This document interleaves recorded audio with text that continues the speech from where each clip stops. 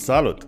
Pentru înregistrarea termostatului Homplex HT2310WR în aplicația Tuya Smart, urmează acest ghid. Acesta prezintă pașii pentru conectarea la un smartphone cu sistem de operare Android. Pentru iOS, procesul este foarte asemănător și este prezentat într-un ghid separat, link în descriere. Dacă nu ai făcut deja acest lucru, descarcă aplicația Tuya Smart din Google Play sau App Store și activează-ți un cont.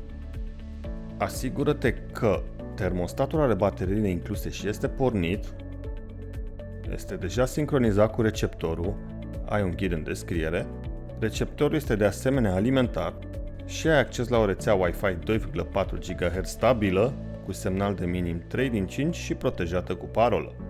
De la caz la caz, pe parcursul înregistrării, este posibil ca telefonul să solicite o serie de permisiuni suplimentare, care nu apar în acest video. Va fi necesar să le accepți, în caz contrar, procesul de înregistrare nu va funcționa. Deschide aplicația. Din pagina principală apasă simbolul plus aflat în dreapta sus și din listă alege Add Device.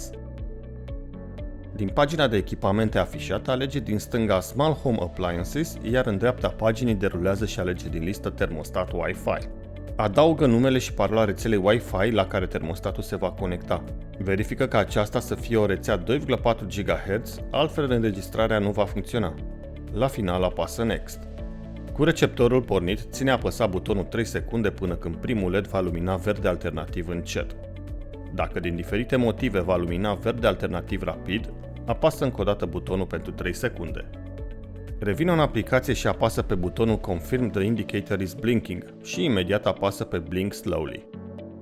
Mai departe trebuie să conectezi telefonul cu receptorul pentru a comunica acestuia datele de conectare la router. Apasă Go to Connect și din listă alege rețeaua care începe cu Smart Life, în cazul termostatului meu fiind Smart Life liniuță 8EE6. Așteaptă câteva momente pentru conectare și revine în aplicație. Din acest moment procesul este automat și nu ar trebui să dureze mai mult de câteva secunde. La final, telefonul se va conecta automat la rețea Wi-Fi la care și termostatul este conectat.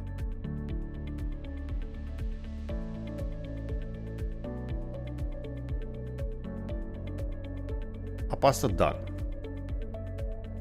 Te las să descoperi singur mai departe posibilitățile oferite de aplicație. Consultă manualul pentru explicații amănunțite, inclusiv pregătirea programelor sau conectarea cu Amazon Alexa și Google Assistant. Vizitează pagina termostatului din site-ul Homplex pentru informații actualizate, ghiduri, întrebări frecvente și multe altele. Link în descriere.